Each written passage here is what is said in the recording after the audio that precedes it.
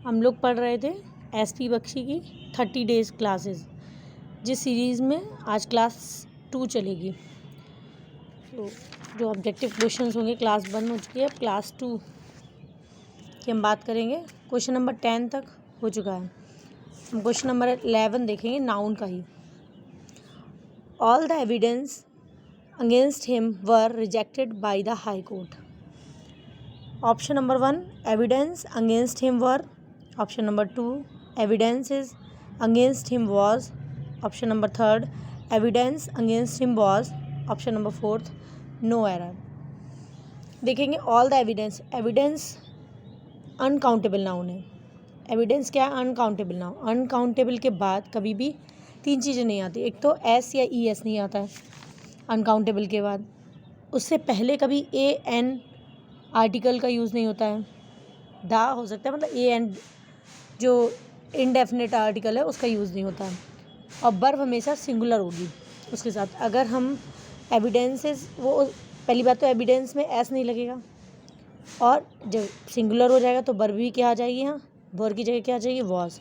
तो all the evidence against him was, option number first, option number 3 right answer. Question number 12 commanders in chief orders arrived late and the forces had to retreat. अब इसमें हम एक ये देखेंगे rule कि जब commanders in chief, पहले तो ये है कि कंपाउंड नाउन, दो कह सके या दो से अधिक जो नाउन मिलके बनते हैं एक नाउन बनाते हैं। जैसे एक कमांडर वर्ड है, एक चीफ, इन दोनों से मिलके कमांडर्स इन चीफ बनाए, ये पूरा जो कंपाउंड नाउन है। तो कंपाउंड नाउन में का यूज़ हम करते हैं किसी भी चीज़ का पोजीशन, अधिकार दिखाने के लिए। तो पोजीशन दिखाने के लिए अगर हम करेंगे तो जब हम दो कंपाउंड नाउन का यूज़ करेंगे तो उसमें हम बाद वाले वर्ड के बाद एपोस्ट्रोफी लगाते हैं। लाइक अगर हम कहना चाह रहे हैं सिस्टर इन लॉज, तो सिस्टर इन लॉज भी हो सकता है। अगर हम सिस्टर्स इन लॉ कह रहे हैं तो ये भी सही है, लेकिन सिस्टर्स इन लॉ कब सही है? अगर हम कह रहे हैं कि 4-5 भाभीयों में से कोई एक भाभी। Commanders in chief ordered arrived and the forces had to retreat, तो कमांडर इन चीफ्स आंसर होगा इसका। Question number 13 have you deposited the proceed in the bank or not. Proceed जो है, प्रोसीड नहीं होता, प्लीज़ प्रोसीड, आगे बढ़ो, but proceed नहीं, यहाँ क्या होगा, प्रोसीड्स। तो deposit, have you deposited the proceeds in the bank or not. तो option number first is the right answer. Question number 14 you can buy the scissors that is sharp. कि कल भी बताया था कि सीजर्स, ट्राउज़र्स, इंफॉर्मेशन, मतलब जितने भी ये सीजर्स, ट्राउज़र्स, टोंग्स, मतलब जो दो चीज़ों से मिलके बना है, लेकिन एक चीज़ के बिना वो इनकम्प्लीट है। जैसे स्पेक्टिकल्स में 2 गोले हैं, अगर ये दोनों गोले नहीं होंगे तो ये पूरा बनेगा नहीं, और जब दोनों नहीं होंगे एक होगा तो ये माना नहीं जाएगा। लेकिन ये है एक सिंगुलर, है 2 इसमें लेकिन है सिंगुलर, तो इसमें एस लगेगा, लेकिन ये वर्ब लेगा हमेशा प्लूरल। तो you can buy the scissors that is sharp, तो सीजर्स ही रहेगा, लेकिन उसमें आर लगेगा। Question number 15 he goes fishing every day and brings a lot of fishes that his wife cooks for him. कि वो डेली जाता है फिशिंग करने के लिए और बहुत सारी फिशेज लाता है, उसकी वाइफ उसे बनाती भी है। बट हम इसमें पहले तो ये देखेंगे कि अ लॉट ऑफ या लॉट्स ऑफ, ये तो ठीक है, यहाँ पे कोई मिस्टेक नहीं।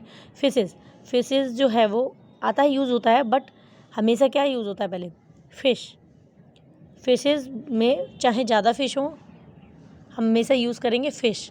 जैसे इन्फॉर्मेशन, चाहे ज़्यादा इन्फॉर्मेशन हो चाहे कम information, luggage, baggage, advice, scenery, jewellery, poetry, ऐसे फिश।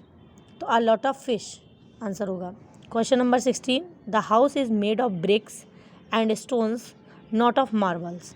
अब इसमें भी वही रूल आ गया कि ब्रिक्स कभी नहीं होता, चाहे जितनी ईंटें हों ब्रिक ही होगा, स्टोन चाहे जितने हों चाहे जितने मार्बल्स हों, हमेशा brick, stone and marble. Brick तो ज़्यादातर पता होता है लोगों को, बट स्टोन और मार्बल में भी नहीं लगेगा। तो the house is made of brick, stone and marble. Question number 17 a pair of spectacle have been found in the library. फिर ये देखिए स्पेक्टिकल, अब एरर देखिए, a pair of spectacle have been, अब स्पेक्टिकल सिंगुलर है but लेगा plural, तो ये तो ठीक है फिर। लेकिन इससे पहले हमें एक चीज़ देखनी होगी कि ऑफ, अ पेयर ऑफ, जब ऑफ का यूज़ हो जाएगा तब वो नहीं आएगा। जब आपके सेंटेंस में ऑफ आ जाएगा तो उससे पहले जो भी वर्ड है ना, इसके अकॉर्डिंग वर्ब आएगी। तो ऑफ पेयर क्या है, पेयर सिंगुलर है, सिंगुलर के अकॉर्डिंग वर्ब क्या आएगा, has been. A pair of spectacle has been, spectacles ही रहेगा। A pair of spectacles has been, तो आंसर होगा first, a pair of spectacles has been found in the library. Question number 18, this data are very useful to arrive at correct conclusion. अब data plural है, are सही है, इसके साथ data के साथ आर तो ठीक है, तो इसमें आपको कोई एरर नहीं दिखेगा। बट दिस सिंगुलर के लिए आता है, दीज आना चाहिए यहाँ पे, दीज डेटा आर, या फिर दिस अगर है तो फिर यहाँ डेटा की सिंगुलर क्या होना चाहिए, डेटम, और इसका आर का इज होना चाहिए। This datum is very useful to arrive at the correct conclusion. जब यहाँ डेटा आर है तो फिर यहाँ दीज होगा, तो दीज डेटा आर, या फिर this datum is very useful. ऐसे डेटा है, ऐसे फिनोमिना प्लूरल है जबकि उसका फिनोमिनम सिंगुलर है। क्राइटेरियस प्लूरल है, ऐसे डेटा प्लूरल है, डेटम सिंगुलर है। Question number 19, what is the criteria of selection in the examination. कि एग्जामिनेशन के लिए हमें क्या क्राइटेरिया सेलेक्ट करने के लिए क्या क्राइटेरिया रखना चाहिए। तो यहाँ क्राइटेरिया जो है अभी क्या बताया था, क्राइटेरिया, डेटा, फिनोमिना, ये सब क्या है, प्लूरल। और प्लूरल के लिए वर्ब क्या आएगी, हेल्पिंग वर्ब क्या होगी यहाँ एच की जगह आर। तो what are the criteria of selection in the examination, what are the criteria, option number second is the right answer. Question number 20,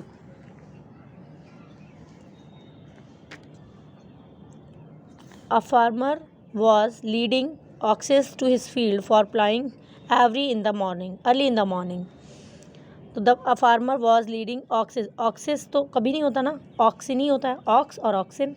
तो option number 1 is the right answer, second तो गलत ही है, third होगा नहीं, और no error है, auxin. Question number 21, I gave him 2 500 rupees notes for depositing in my saving account. I gave him 2 500 rupee notes.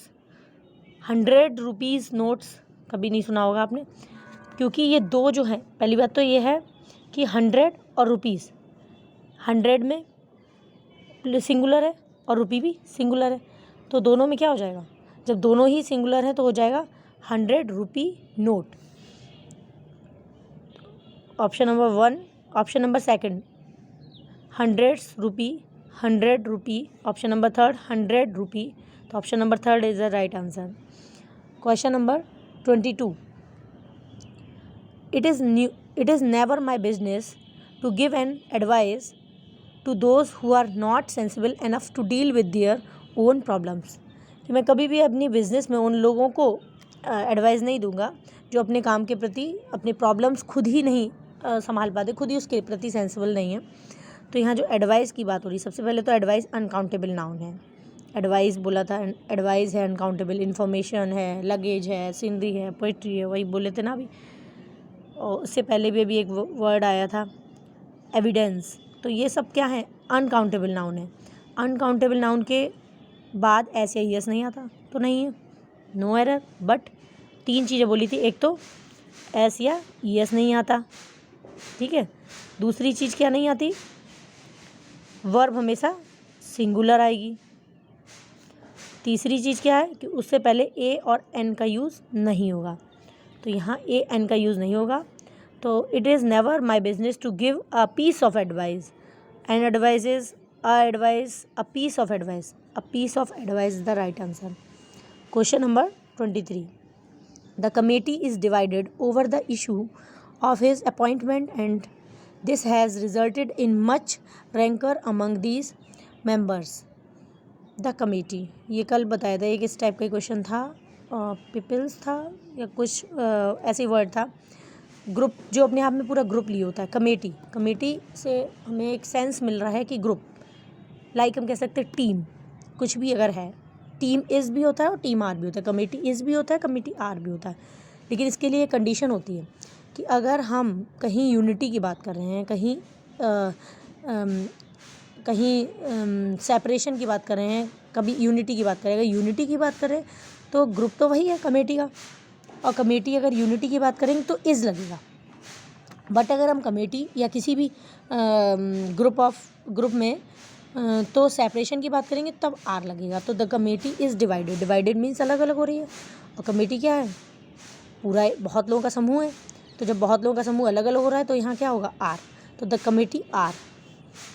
तो last question है, I don't think it is your house, it's a somebody else. I don't think it is your house, मैं नहीं सोचता ये तुम्हारा घर है, ये तो किसी और का है। तो समबडी एल्स, समबडीज एल्स नहीं, सम, अभी ये कमांडर्स इन चीफ नहीं, कमांडर इन चीफ्स, तो एपोस्ट्रोफी एस क्या लगी एल्स के बाद, तो option number 1 somebody else right है। समबडीज ये भी गलत है, समबडी एल्स ये भी गलत है, नोअर है। Option number 1 is the right answer. Thank you for watching.